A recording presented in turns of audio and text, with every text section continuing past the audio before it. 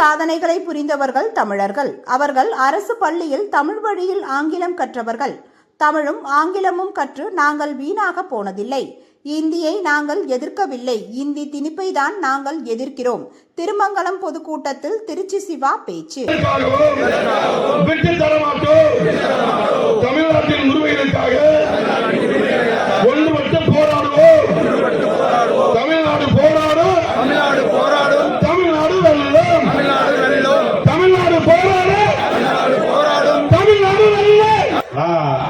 என்றைக்கு அவதூறு பேசி பழக்கம் கிடையாது எனக்கு. இங்க இருக்கக்கூடிய சட்டமன்ற உறுப்பினர் அதிமுகவை சேர்ந்த முன்னாள் அமைச்சர் உதயகுமார் அவர்கள் ஒரு 2 தினங்களுக்கு முன்பு இங்கே அவருடைய இடத்துல ஒரு கூட்டத்தை போட்டிருந்திருக்கார். அப்ப அவர் விமர்சனம் செய்கின்ற பேர்ல இருக்கிற பெண்கள், தாய்மார்கள், இருக்கக்கூடிய மாணவ செல்வங்கள்லாம் நம்முடைய ஒப்பற்ற முதல்வரை அப்பா என்று அழைக்கிறார்கள், தந்தை என்று அழைக்கிறார்கள், ஐயா என்று அழைக்கிறார்கள், சில சிறு குழந்தைகள் தாத்தா என்று அழைக்கிறார்கள். இது ஒன்றும் தவறில்லை. நம்ம பழக்கப்பட்டவங்கள என் தந்தைக்கு நிகராக சமமாக இருக்கக்கூடியலாம் தந்தை என்று அழைத்திருக்கிறோம், அப்பா என்று அழைக்கிறோம், அல்லது உறவு முறையில் மாமா என்று அழைத்திருக்கிறோம். இது ஒன்றும் தவறான இது கிடையாது.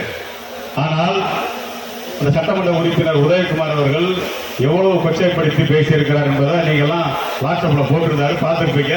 இருக்கக்கூடிய கழகத்துடைய தோழர்கள், இளைஞரணி பெருமக்கள்லாம் வந்திருக்கிறீங்க, சில மாணவிகள்லாம் வந்திருக்கிறாங்க, எல்லாரும் அறிந்ததுதான். போது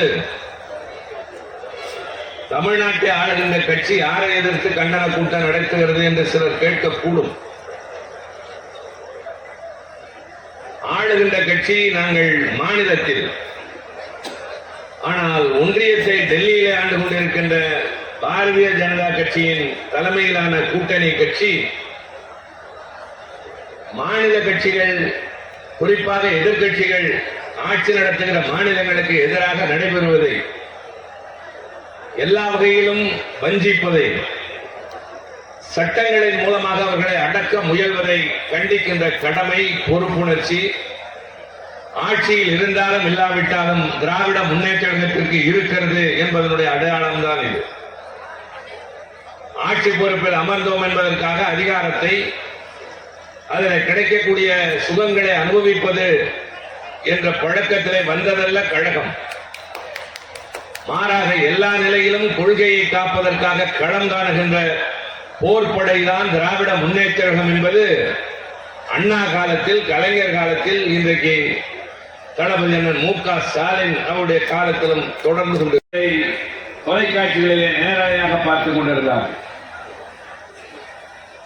தென் மாநிலங்கள் என்று சொல்லப்படக்கூடிய தமிழ்நாடு, கேரளா, கர்நாடகம், ஆந்திரா, தெலுங்கானா, ஒடிசா, பஞ்சாப், மேற்கு வங்காளம் என்ற இந்த பகுதிகளை சார்ந்த முதலமைச்சர்கள், அந்தந்த மாநிலங்களில் இருக்கக்கூடிய பல்வேறு கட்சிகளின் தலைவர்கள் தமிழ்நாட்டின் முதலமைச்சருடைய அழைப்பினை ஏற்று கலந்து கொண்டு பங்கேற்ற அந்த கூட்டம் உணர்ச்சி பெருக்கோடு நடைபெற்றது. தமிழ்நாட்டிலே பற்றியிருக்கின்ற இந்த உணர்ச்சி புழம்பு என்பது இந்திய துணைக்கண்டம் முழுவதும் எதிரொலித்திருக்கிறது என்று சொன்னால், இனிமேல் இந்தியாவின் வரலாறு தமிழகத்தில்தான் எழுதப்படும் என்று சொன்னதற்கு இன்றைய நிகழ்ச்சி ஒரு கட்டியம் கூறிக்கொண்டிருக்கின்றது. நான் தொடக்கத்திலே சொன்னதை போல ஏதோ இன்றைக்குத்தான் அதிசயமாக கழகம் ஆட்சியில் இருக்கிற போது போராட்டம் நடத்துகிறது என்பது அல்ல. அறிஞர் அண்ணா முதலமைச்சராக இருக்கிற போதே நடந்திருக்கிறது.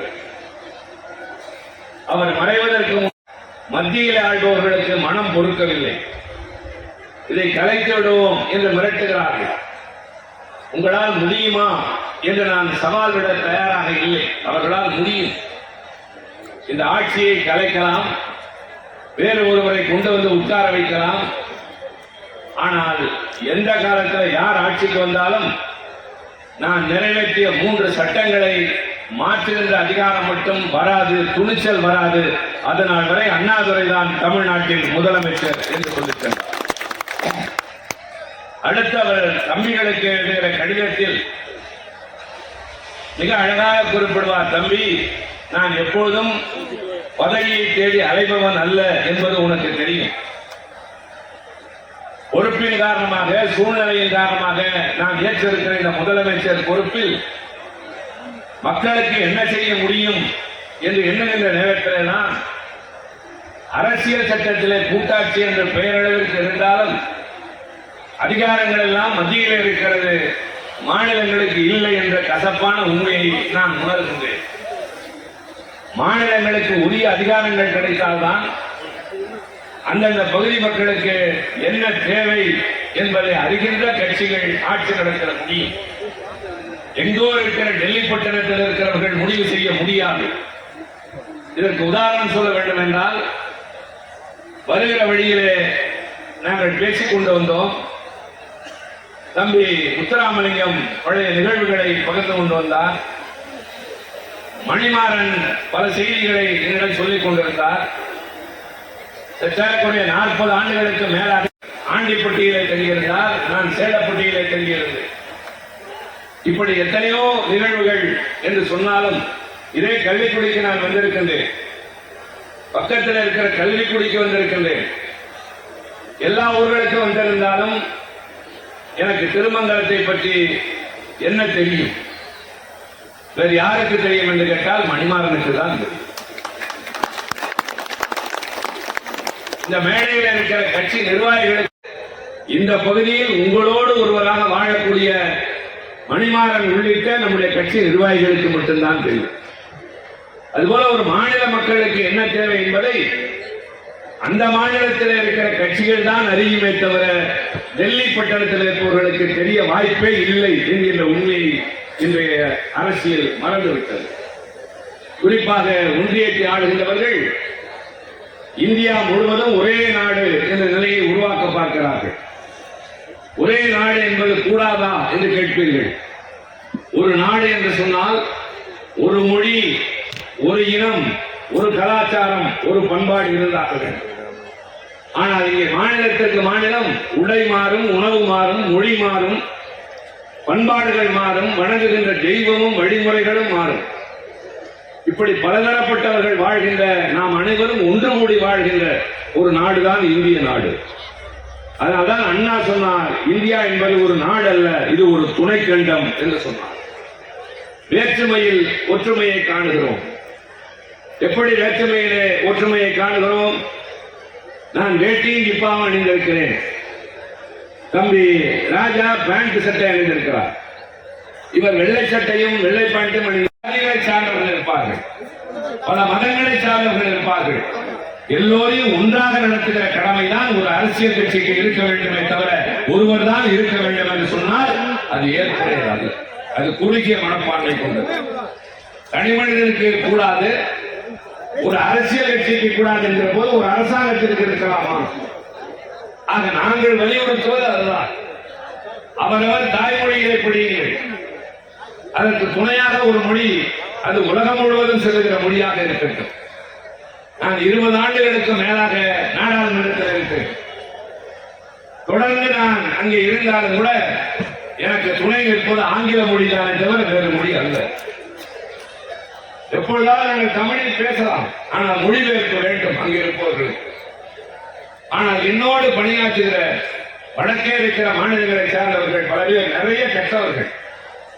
பல்கலைக்கழகத்தின் துணைவேந்தராக இருந்திருப்பார், ஒரு இடத்தில் பேராசிரியராக விஞ்ஞானியாக இருந்திருப்பார்.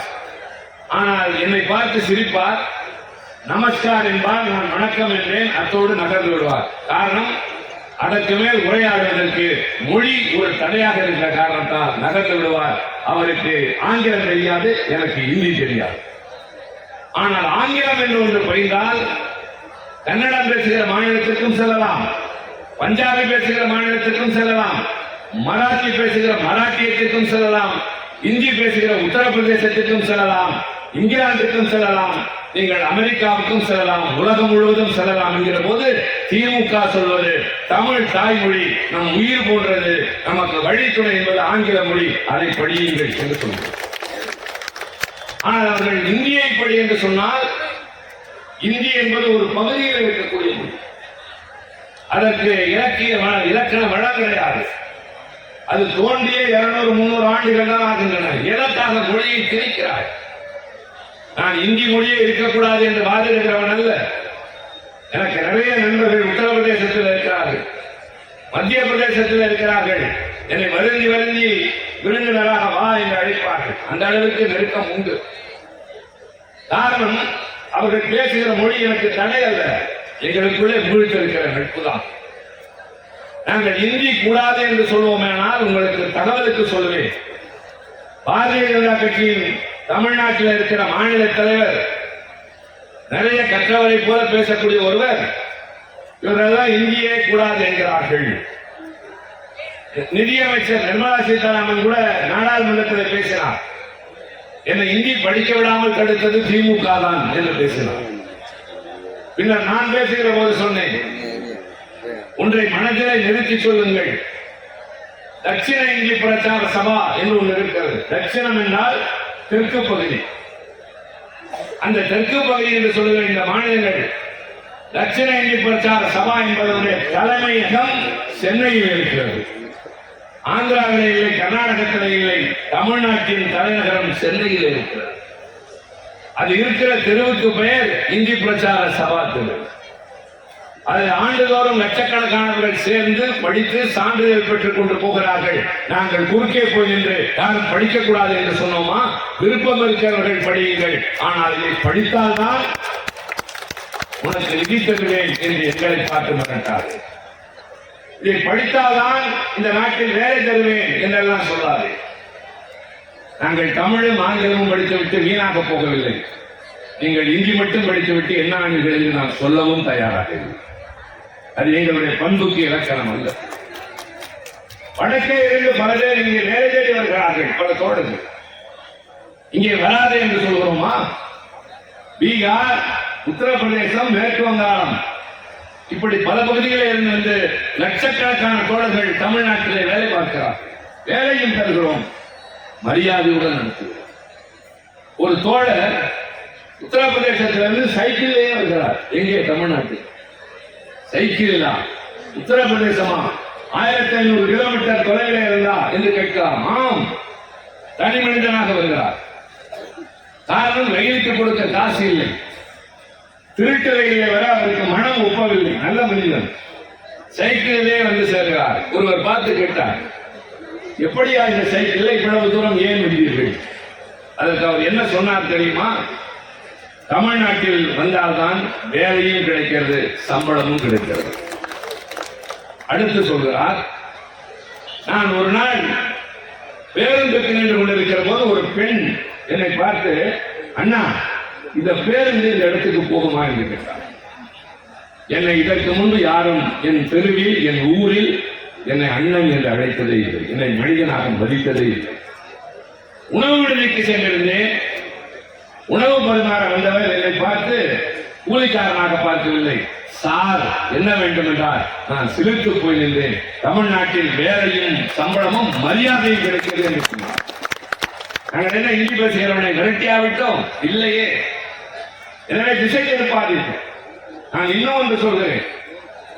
இன்றைக்கு கொடுத்திருக்கிற பொருள் இது என்ற காரணத்தினால், நீங்கள் தெரிந்து கொள்ள வேண்டும் என்ற காரணத்தினால், நான் திருமங்கலத்தில் மணிமாறன் அழைத்து இளைஞரணி ஏற்பாடு செய்த கள்ளிப்பட்டியிலே பேசுகிறேன், கள்ளிக்குடியிலே பேசுகிறேன் என்று கருதாதீர்கள். நாடாளுமன்றத்தில் பேசுகிறேன். என்ன பேசினேன், எப்போது பேசினேன் என்று தெரிந்து கொள்ளுங்கள். இந்தியா என்கின்ற இந்த நாட்டின் விண்வெளி ஆராய்ச்சி நிறுவனம் ஒரு விண்கலத்தை நிலவுக்கு அனுப்பி அது வெற்றிகரமாக தென்துருவத்தில் இறங்கியது. அதன் பெயர் சந்திராயன் 3. அந்த சந்திராயன் 3 இறங்கியதன் வெற்றியை பாராட்டி நாடாளுமன்றத்தில் ஒரு சின்ன விவாதம் நடக்கிறது. விவாதம் என்றால் எல்லோரும் வாழ்க்கை பேச வேண்டும். என்னுடைய முறை வந்தது. நான் கழகத்தின் சார்பில் பேசுகிற போது அங்கே உள்துறை அமைச்சர் மாண்புமிகு அமித்ஷா அவர்கள் இருந்தார்கள். நான் பேசுகிற போது சொன்னேன், சந்திராயன் 3 என்பதற்கு முன்னால் நான் ஒரு சின்ன வரலாற்றை சொல்கிறேன். உலகத்திலேயே முதலாக நிலவிலே போய் இறங்கிய விண்கலம் என்பதன் பெயர் அப்போலோ என்பது. அது அமெரிக்க நாட்டினுடைய விண்கலம். சென்ற ஆண்டு 1969 அதில் இருந்த ஆம்ஸ்ட்ராங் என்பவன் அதில் இறங்கினான். அதற்கு பின்னால் ரஷ்யா நாடு, சீன நாடு, ஜப்பான் நாடு, ஜெர்மனி என்று பல நாடுகள் இந்தியா உட்பட அனுப்பிவிட்டார்கள். ஆனால் முதலாக நிலாவுக்கு சென்று நிலவிலே தண்ணீர் இருக்கிறது என்று கண்டுபிடித்து விட்டு வந்த விண்கலத்தினுடைய பெயர் சந்திராயன் 1. அதன் இயக்குனர் பெயர் மயில்சாமி அண்ணாதுரை. 2 சந்திராயன் 2 தோற்று போனது. அது ஏன் தோற்று போனது என்பது ஆராய ஒரு குழு. அந்த குழுவினுடைய அறிக்கைக்கு தலைவராக இருந்த நாராயணன் என்பதுதான் இன்றைக்கு இந்திய விண்வெளி ஆராய்ச்சி நிறுவனம் இஸ்ரோவின் தலைவர். சந்திராயன் 3 நிலவின் தென்பகுதிக்கு போய் இருந்தது. இதுவரை நிலவுக்கு சென்ற எந்த விண்கலமும் தென்பகுதிக்கு போகவில்லை. அதனுடைய இயக்குநர்கள் 2 தமிழர்கள். ஒருவர் பெயர் விழுப்புரத்தை சார்ந்த வீர முத்துவேல், இன்னொருவர் திருச்சியை சார்ந்த சங்கரன். அடுத்து சூரியனை ஆய்வு செய்ய ஒரு விண்கலம் போய் செய்திகளை வெற்றிகரமாக அனுப்பிக் கொண்டிருக்கிறது. அதன் பெயர் ஆதித்யா 1. அதனுடைய இயக்குனர் யார் தெரியுமா? செங்கோட்டையை சார்ந்த இஸ்லாமிய பெண்மணி சாதி என்ற ஒரு பெண். அடுத்து அக்கினி 5. அக்கினி 1 என்பதனுடைய பிதாமகன் டாக்டர் அப்துல் கலாம். 1000 கிலோமீட்டர் சென்று தாக்கக்கூடிய ஒரு ஏவுகணை டாக்டர் அப்துல் கலாமுடைய கண்டுபிடிப்பு. இது அக்கினி 5. 5000 கிலோமீட்டர் சென்று தாக்கக்கூடிய ஒரு வலிமையான ஏவுகணை ஆயுதம் இன்றைக்கு இந்தியாவின் கையில் இருக்கிறது. யாரும் மிரட்ட முடியாது. அதன் வெற்றிக்கு காரணம் யார் தெரியுமா? அதன் இயக்குனர் யார் தெரியுமா? சங்கரி என்ற தமிழ் பெண். இதையெல்லாம் நான் வரிசையாக சொல்லிவிட்டு சொன்னேன். சந்திராயன் 1, சந்திராயன் 3, ஆதித்யா 1, இந்த அக்கினி 5, இதற்கெல்லாம் வெற்றிகரமாக இருந்தவர்கள் அத்தனை பேரும் தமிழர்கள். எல்லோரும் அரசு பள்ளியில் படித்தவர்கள். எல்லோரும் தமிழ் வழி கல்வியும் ஆங்கிலமும் மட்டும் படித்தவர்கள். மிஸ்டர் ஹோம் மினிஸ்டர், நான் அமித்ஷாவை பார்த்து சொன்னேன், mister home minister, one more thing, இவர்கள் யாருக்கும் இந்தியும் தெரியாது, சமஸ்கிருதமும் தெரியாது. இந்தியும் சமஸ்கிருதமும் தெரியாதவன் இந்தியாவிற்கு உலக அளவிலே புகழேறி தந்திருக்கின்றான். நீங்கள் என்ன செய்கிறீர்கள்? நாங்கள் அவர்களை பார்த்து கேட்க தயாராக இல்லை. நாங்கள் நாட்டுக்கு இந்தி படிக்காமலே மிகப்பெரிய தொண்டாற்றி வருகிறோம். அவ்வளவு ஏன் எதிரே உட்கார்ந்து இருக்கிறவரிடம் சங்கத்தில் உள்ள எல்லா செய்திகளையும் தருகிற அந்த நிறுவனத்தினுடைய தலைவன் பெயர் சுந்தர் பிச்சை என்ற தமிழர். அவருக்கும் இந்தி தெரியாது, தமிழும் ஆங்கிலமும் மட்டுமே தெரியும். இப்போது சொல்லுங்கள் நாட்டு மக்களே, நாங்கள் இந்தி படிக்காமல் வீணா போயிட்டோமா? இல்லை, வெற்றிகரமாக இந்தியாவிற்கும் பெருமை தேடி கொடுத்துக் கொண்டிருக்கிறோம். எங்கள் தாய்மொழியில் சட்டம் செய்ய தயாராக. எனவே இதை மிரட்டுவது, உருட்டுவது, 2000 கோடி தரமாட்டேன் என்றாயா? நீ எவ்வளவு தரவில்லை என்றாலும் என்னால் இந்த அரசாங்கத்தை நடத்த முடியும் என்று சவால் விடுகின்ற முதலமைச்சரை இன்றைக்கு நாங்கள் பெற்றிருக்கிறோம். எங்கள் தலைவர்களுக்குரிய பெருமை என்பது அவர்கள் உழைப்பார்கள், நாட்டு மக்களுக்கு நல்லது செய்வார்கள். ஆனால் அண்ணா சொன்னதை போல வம்பு சண்டைக்கு போவதில்லை, வந்த சண்டையை விடுவதும் இல்லை. எந்த நேரத்திலும் யாருக்கும் வளைந்து கொடுப்பதும் இல்லை, அஞ்சி ஒடுங்குவதும் இல்லை. தமிழ்நாட்டில் இருந்து போர்க்குரல் தமிழக முதலமைச்சர் கொடுக்கிறார் என்றால் அவர் பிரதிநிதியாக நாடாளுமன்றத்தில் நின்று எங்களை போன்றவர்கள் நேருக்கு நேராக பேசுகிறோம். ஆள் இல்லாத இடத்தில் அல்ல. யார் இந்தி பேசுகிறார்களோ அவர்களுக்கு முன்னால் இதையெல்லாம் செய்கிற பிரதமரோ உள்துறை அமைச்சரோ நிதியமைச்சரோ இருக்கிற மன்றத்திலே தான் நாங்கள் பேசுகிறோமே தவிர ஒளிந்து கொண்டு முணங்குகிறவர்கள் அல்ல. ஆள் இல்லாத இடத்துல கச்சேரி நடத்தவர்களும் அல்ல. அந்த தலையெழுத்து என்றைக்கு எங்களுக்கு இருந்ததில்லை. பேச போகிற இடத்தில் ஊர் மக்கள் கூடி நிற்பார்கள். காரணம், திராவிட முன்னேற்ற கழக மேடையிலே கருத்துக்கள் அடுக்கடுக்காக வரும். நமக்கு தேவையான நல்லதை சொல்வார்கள் என்று அவர்களுக்கு தெரியும். அதுபோல அங்கே செல்கிற போது எங்களுடைய கடமை வேறு. சட்டங்களை இயற்றுகிற மன்றத்தில் அந்த சட்டங்கள் எப்படி நிறைவேற வேண்டும், இந்த நாட்டுக்கு ஏற்றவாறு என்று சொல்வோம். ஒரு ஆட்சியினுடைய கடமை என்ன, இந்த பகுதி மக்களுக்கு என்ன தேவை என்பதை தெரிந்து செய்ய வேண்டும். நான் கேட்கிறேன், வளர்ந்தவர்கள், விவரம் தெரிந்தவர்கள், அனுபவப்பட்டவர்கள் தங்களுடைய குறைகளை ஒரு அரசாங்கத்திடம் எழுதி கொடுக்கலாம். ஒரு அமைப்பை ஏற்படுத்தி ஒரு சங்கம் வைத்து அதன் மூலமாக கவனத்தை ஈர்க்கலாம். ஆனால் இந்த தமிழ்நாட்டிலே பள்ளிக்கூடம் போகிறார்களே, ஆரம்ப பள்ளி படிக்கிற பிள்ளைகள் யாருக்காவது இன்னும் முழுதாக எழுத படிக்கிற வயதிலே தான் இருப்பார்கள். அப்படிப்பட்ட பிள்ளைகள் எதுவும் கேட்கவே இல்லை. இந்தியாவிலேயே முதலாக பள்ளிக்கூடத்திலே மதிய உணவு வழங்கியது யார் தெரியுமா? பிட்டி தியாகராயர் என்ற நீதி கட்சியின் தலைவர் சென்னை மாநகராட்சி மன்ற தலைவராக இருந்தபோது சென்னையிலே கொடுத்தார். பின்னர் காமராஜர் முதலமைச்சராக இருக்கிற போது அதை மதிய உணவு திட்டம் என்று ஆரம்ப பள்ளிகளில் தமிழ்நாடு முழுவதும் கொண்டு வந்தார். அது மேலும் விரிவாக்கப்பட்டு எம்ஜிஆர் ஆட்சியில் சத்துணவு என்று பெயர் பெற்றது. கலைஞர் ஆட்சி காலத்தில் உண்மையான சத்துணவு என்கின்ற அந்த நோக்கத்தோடு முட்டைகளும் சேர்த்து வழங்கப்பட்டது. முட்டைகள் இல்லை என்று சொன்னால் சாப்பிடாத பிள்ளைகளுக்கு வாழைப்பழம் கொடுத்து ஊட்டச்சத்து கொடுத்த ஆட்சி திமுக. இது நடந்து கொண்டிருந்தது.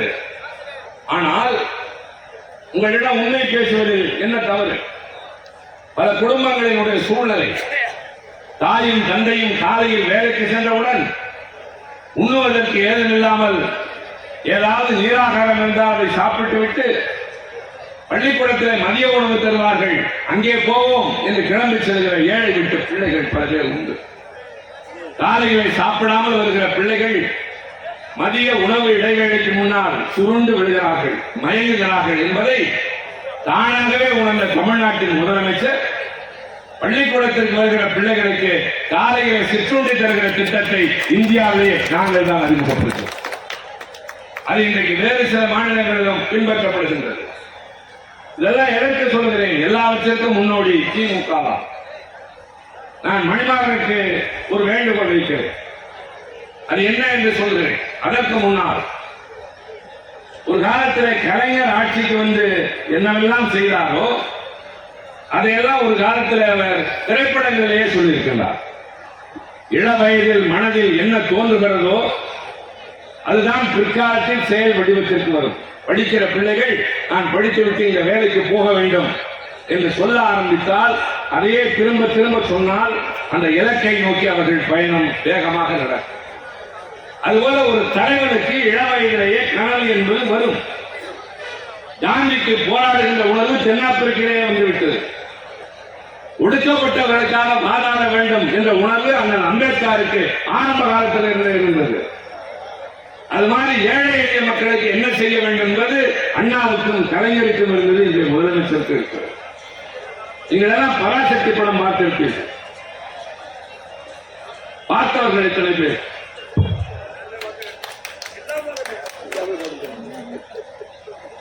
பின்னாடி இருக்கவங்க பாருங்க. நான் வைக்க விரும்புகிற வேண்டுகோள், மணிமாறன் ஒரு நாள் மாலை இது போன்ற ஒரு திடலில் அல்லது ஒரு மைதானத்தில் பராசக்தி படத்தை இந்த ஊர் மக்கள் எல்லாம் கூட்டி வைத்து காட்டுங்கள்.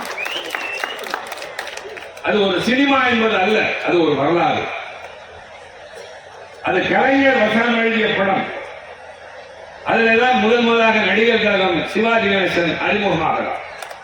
அதற்கு பின்னால் அவர் உச்சநிலைக்கு சென்றார். அந்த படத்தில் அவர் பேசிய வசனங்கள் இன்றைக்கும் சினிமாவில் பேசப் போகிறவர்களுக்கு பயன்படக்கூடிய ஒன்று. ஆனால் உண்மையில் அந்த படத்தினுடைய கதை என்பது ஒரு பெண்ணை சுற்றி தான் வரும். அந்த பெண் பெயர் கல்யாணி. அந்த பெண்ணுக்கு தந்தை ஓமன் கடலில் விழுந்து இறந்து போகின்றார். அந்த பன்னீர்செல்வத்தினுடைய பெயரை கலைஞர் அது ராகவமாக கொண்டு வருவார். நாகம்மையார் என்பது பெரியாருடைய துணைவியாரின் பெயர். வைக்கம் போராட்டத்திலே பெரியாரோடு சேர்ந்து அந்த வீதிகளிலே நடந்து அடக்குமுறைகளை தாங்கியவர் நாகம்மையார் என்பதை படத்திலே ரொம்ப சாதாரணமாக வசனமாக வரும். ஆண் குழந்தை என்றால் பன்னீர்செல்வம் ஒரு வீரன், பெண் குழந்தை என்றால் நாகம்மையார் ஒரு வீர பெண்மணி என்று ஒரு வார்த்தை. அப்புறம் குழந்தை பிறக்கும். வலிமை வல்லமை எதையும் எதிர்கொள்ளலாம் என்ற அந்த மன திட்பம் ஆண்களுக்கு கிடையாது. ஆண்கள் வீரம் பேசுவார்கள், ஆனால் பிரச்சனைகளை புயலை சமாளிக்கிற ஆற்றல் பெண்களுக்கு தான் உண்டு என்பதை என்னால் நிபந்தனை சொல்ல முடியும். என் வாழ்விலே என் தாயாரும் பின்னர் என் மனைவியும் எனக்கு பெருந்துணையாக இருந்தது. 2 பேரையும் போது ஏன் இதை சொல்கிறேன் என்றால், கணவனை இழந்து தந்தை இழந்து அண்ணன்மார்கள் வராமல் நடுத்தரவிலே கைக்குழந்தையோடு கல்யாணி நிற்பார், பரிதவித்து போய் நிற்பார். இது வசனம்.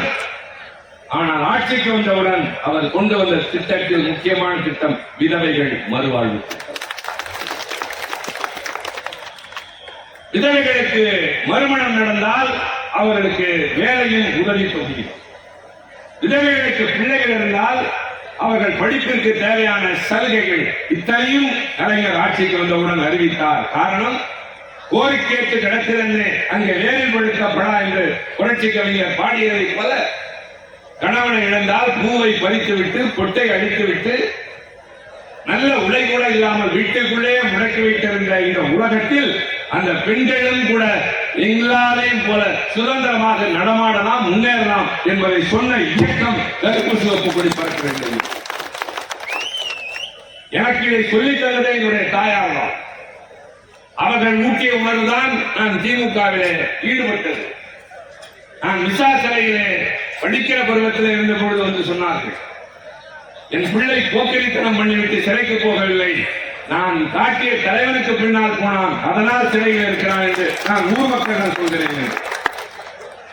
அதனால் 1 வருடம் என்கின்ற சிறைவாசத்தை நான் இன்முகத்தோடு ஏற்றதற்கு கொள்கையை சொல்லித் தந்த தாயார் தான் காரணம். அது மாதிரி கலைஞர் ஆட்சிக்கு வந்தவுடன் இந்த சட்டங்களை எல்லாம் கொண்டு வந்தார்.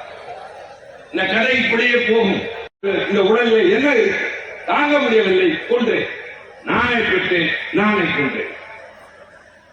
இல்லை, நீ கொண்டெடுக்க கூடாது, என் பிள்ளை என்ன திருஞான சம்பந்தரா, பார்வதி வந்து பால் தருவதற்கு என் பரிதாபத்திற்குரிய பெண்ணுக்கு பிறந்தவன் தான். இது கல்யாணி பேசுகிற வசனம் அல்ல, அன்றைக்கு தமிழ்நாட்டில் இருந்த பல ஏழை விதவை பெண்களுடைய வார்த்தைகள். அடுத்த, அதுதான் ரொம்ப முக்கியம், அடுத்த வசனத்தை வைப்பார். அதில் பலருக்கு பங்கு உண்டு. இந்துக்களுடைய சொத்துக்களை பிரிக்கிற போது வாரிசுகளுக்கு மட்டுமே உண்டு. அப்படி பிரித்து எழுதுகிற போது பரீட்சையில் என்ன எழுத வேண்டும் என்றால், 1990க்கு முன்னால் பிறந்திருந்தால், அந்த அவன் இறந்து போயிருந்தால் அவனுடைய சொத்துக்கள் அவன் பெண்களுக்கு ஆண்களுக்கு மட்டுமே உண்டு. 90க்கு பின்னால் இருந்தால் அவன் பெற்ற பெண்களுக்கும் சொத்திலே உரிமை உண்டு. அதற்கு காரணம் திமுக ஆட்சியில் திமுக தலைவர் கலைஞர் முதலமைச்சராக இருந்த போது கொண்டு வந்த சட்டம் என்று சட்ட பாடத்திலே பரீட்சை எழுது. சட்டத்திலேயே இது வரும். காரணம், ஒரு பெரிய மாற்றம் நிகழ்ந்திருக்கிறது. நான் கூட சொல்வேன் அடிக்கடி, நான் ஐஏஎஸ் படிக்க வேண்டும், திமுகவின் உறுப்பினர்களுக்கு வழிநடத்தக்கூடிய இடத்திலும் நான் இருக்கிறேன். அது மட்டுமல்ல தோழர்களே, ஐஏஎஸ்க்காக நடத்தப்படுகிற யூபிஎஸ்சி தேர்வில் கேட்கப்படுகிற கேள்விகளில் ஒன்று, இந்திய நாடாளுமன்ற வரலாற்றிலே அண்மையில் நடந்த ஒரு வரலாற்று சிறப்புமிக்க நிகழ்வு என்ன? கேள்வி. பதில், 45 ஆண்டுகளுக்கு பின்னால் ஒரு தனிநபர் மசோதா நிறைவேற்றப்பட்டது. என்ன மசோதா? திருநங்கைகள் மசோதா. யார் கொண்டு வந்தது? திருச்சி சிவா கொண்டு. நான் எங்கே செல்ல விரும்பினேனோ அறிக்கை தந்திருக்கிறார். நான் எல்லாவற்றையும் சொல்ல நேரமில்லை, நிறைய இருக்கிறது. ஒன்று சொல்றேன், மனிதாபிமானம் உள்ள ஒரு தலைவன் என்பதற்கு எடுத்துக்காட்டு என்ன தெரியுமா? தாய் தந்தை 2 பேரையும் இழந்த குழந்தைகளுக்கு 50,000 பேருக்கு 18 வயதாக வரை மாதம் 2,000 ரூபாய் இந்த அரசு தரும். இது எதற்கு என்று கேட்டார் ஒருவர். பெரும்பாலும் அப்படிப்பட்ட பிள்ளைகளை யாராவது உறவினர்கள் உங்களை நோக்கி திட்டங்கள் வந்தன. மணிமாறன் சொன்னாரே, நீங்கள் 1000 ரூபாய் உரிமை தொகை உங்களுக்கு தருகிறோம் என்று. அதன் பெயர் உரிமை தொகை, உதவித்தொகை அல்ல. வயதானவர்கள் வீட்டில் பேரப்பிள்ளை வந்து பக்கத்தில் விளையாண்டால் ஏக்கத்தோடு இருக்குமேனால் கையில் பணம். பேருந்து ஏறி நீங்கள் விரும்பிய இடத்திற்கு செல்லலாம், கட்டணம் செலுத்த தேவையில்லை. அது இலவச பஸ் பயணம் அல்ல. வேலைக்கு போகிற தாய்மார்கள் சம்பாதிக்கிற 4000 5000ல் 1000 ரூபாய் பேருந்துக்கு தருவதை உணர்ந்து, அம்மா தாயே, இனிமேல் உன் கட்டணத்தை இந்த அண்ணன் ஏற்றுக்கொள்கிறேன் என்று முதலமைச்சர் ஸ்டாலின் ஏற்றுக்கொண்டார். உங்கள் சுமையை இறக்கி வைக்கிறோம். இதெல்லாம் இலவசங்கள் அல்ல. உங்கள் தேவையை நீங்கள் பெறுகிற காலம் வருகிற வரை, உங்களுக்கு அதை உருவாக்குகிற வரை உங்களுடைய சுமைகளை இறக்குகிற பொறுப்பை இந்த அரசாங்கம் ஏற்றுக்கொள்கிறது. இதை சில பேர் கேலி பேசலாம், கிண்டல் பேசலாம், ஆனால் நாங்கள் அதை தொடர்ந்து செய்து கொண்டுதான் இருப்போம். ஏழைகளின் துன்பம் எங்களுக்கு தெரியும். ஏழையின் சிரிப்பில் இறைவனை காண்போம் என்று சொன்ன அண்ணாவின் வழியில் நடப்பவர்கள் நாங்கள். ஆக ஆட்சியே என்ற நல்ல திட்டங்கள் என்ற அதே நேரத்தில் டெல்லியில் ஆள்பவர்கள் மிரட்டுவார்கள், ஆனால் அதையும் எதிர்கொள்ள வேண்டிய கடமை இருக்கிறது. ஆக இரண்டு கைகளிலும் இரண்டு வாள்களை வைத்து வெற்றிகரமாக சுழற்றுகிற ஒருவர் இன்றைக்கு தமிழ்நாட்டில் முதலமைச்சராக இருக்கிறார். அவருடைய தலைமையில் இந்த இயக்கத்தில் நாங்கள் எல்லாம் இருக்கிறோம். எங்களை நம்புங்கள் என்று மட்டும்தான் உங்களிடம் சொல்லுங்கள். நாளை உங்கள் பிள்ளைகள் உங்களை பாதிக்கக்கூடிய பிரச்சனைகள் வரும். நீங்கள் எல்லாம் சேர்ந்து போராட்டத்துக்கு வர வேண்டும் என்று சொல்ல நாங்கள் வரவில்லை. நீங்கள் போராட வேண்டாம், எங்களுக்கு ஆதரவு மட்டும் தாருங்கள், உங்களுக்காக நாங்கள் இருக்கிறோம். இந்த நாட்டு மக்கள் நடுத்தெருவுக்கு வரக்கூடாது என்று தன் குடும்பத்தை நடுத்தெருவிலே நிறுத்திவிட்டு உழைக்க வருகிறவன் கையில் இருப்பது கருப்பு சிவப்பு. வறுமையில் வாழ்வான், ஆனால் மக்களை வறுமையில் வாழ விடமாட்டான். அப்படி வளர்க்கப்பட்டிருக்கிறோம். அதனால்தான் எங்களை நம்புங்கள் என்று சொல்கிறோம். நான் மாலையிலிருந்து காத்திருந்த மக்களுக்கு சொல்லுவேன், சற்று 50 நிமிடம் ஆக போகிறது நான் பேச ஆரம்பித்தேன். நான் இன்னும் அதிக நேரம் பேச போவது இல்லை. காரணம், உங்களை அதிக நேரம் காக்க வைக்க விரும்பவில்லை என்பது. மணிமாறன் யாரையோ உதாரணம் சொன்னார், நாங்கள் அதை தான் காட்ட விரும்பவில்லை. இவ்வளவு நேரம் பேசினேன், மாண்புமிகு பிரதமர் நரேந்திர மோடி என்றுதான் சொன்னேன், மாண்புமிகு உள்துறை அமைச்சர் அமித்ஷா என்றுதான் சொன்னேன். காரணம், நான் அண்ணா அறிவாலயத்தில் இருந்து வருகிறேன். பேசுகிறவர் திருச்சி சிவா அல்ல, திராவிட முன்னேற்ற கழகத்தின் பிரதிநிதி. டெல்லிக்கு போகிற போது நான் வீரன் தளபதி ஸ்டாலினின் தூதுவன். அங்கே அவரை முதலாக தளபதி என்று அழைத்தவன் நான் தான். அதை அவரே என்னுடைய நூல் வெளியிட்டுள்ளார். 82 எங்கள் கிளம்பிய சுற்றுப்பயணத்தின் போது திரண்ட கூட்டத்தை பார்த்து, இந்த கூட்டம் உங்களால் வந்தது, இனி நீங்கள் தான் இந்த இயக்கத்தின் இனத்தின் தளபதி என்று சொன்னது. இன்றைக்கு அவரை இந்த நாடே கொண்டாடுகின்றது. அவருடைய தூதுவராக நான் டெல்லிக்கு போகிறேன். கழகத்தின் பிரதிநிதியாக இங்கே நின்று பேசியிருக்கிறேன். வந்திருக்கிறவர்கள் வீடு திரும்பியதற்கு பின்னால், உறங்குவதற்கு முன்னால், உறக்கம் உங்கள் இமைகளை தழுவி கனவுகள் ஆக்கிரமிப்பதற்கு முன்னால், நம்முடைய சேலப்பட்டி மணிமாறன், முத்துராமலிங்கம், பாண்டியன் போன்ற தோழர்கள், இளைஞரணியுடைய தம்பிமார்கள், விமலை போன்றவர்கள் ஏற்பாடு செய்ய, மதன்குமாரும் ராமமூர்த்தியும் துணை நிற்க, திருச்சி சிவாவை அழைத்திருந்து பேச வைத்தார்களே என்று நினைத்துவிட்டு உறங்க செல்வீர்கள். அப்படி நீங்கள் உறங்க செல்வதற்கு நேரத்தில் நாங்கள் பேசிய கருத்துக்கள், சொன்னவைகள் எல்லாம் நியாயம் என்று உங்கள் உள்ளம் வந்தால், இவர்களை நம்பினால் நமக்கு எதிர்காலத்தில் பாதகம் இல்லை என்பதை நீங்கள் ஏற்றுக்கொண்டால், நாங்கள் வேண்டி விரும்பி கேட்போம், வேறொன்றும் செய்ய வேண்டாம். தாய்மார்களே, உங்கள் ஆதரவை மட்டும் எங்களோடு எங்களுக்கு ஊக்கம் தாருங்கள். நாங்கள் இருக்கிறோம் என்ற நம்பிக்கையை ஊட்டுங்கள். உங்களுக்காக எதையும் செய்ய நாங்கள் தயாராக. எனக்கு முன்னாலே பேசிய தம்பி நாகூர் கனி சொன்னதைப் போல, வயிற்றுக்காக சில பேர் எதையும் இழப்பார்கள், ஆனால் மொழிக்காக உயிரையே தந்த தொண்டர்கள் நிரம்பிய கூடாரம் இந்த கூடாரம். அந்த வகையில் எதிர்காலத்தில் உங்களை காப்பாற்ற நாங்கள் இருக்கிறோம். காவலன் விழித்திருந்தால் கழிவனின் பயம் இருக்காது. காவலர்கள் நாங்கள் விழித்திருக்கிறோம். நிம்மதியாக உறங்குங்கள், நிம்மதியாக நடமாடுங்கள். எதிர்காலம் வளமானது, ஒளிமயமானது. நீங்கள் கழகத்தில் பின்னால் நில்லுங்கள். மீண்டும் சந்திப்போம்.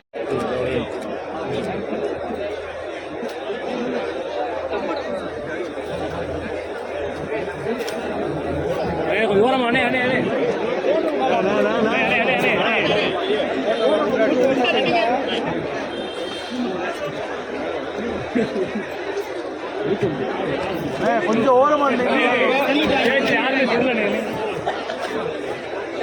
வெற்றி என்ன அங்கே போய் போன டக்குன்னு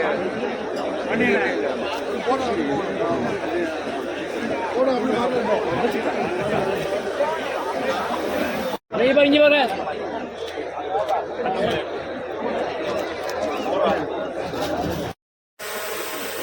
உட்காரு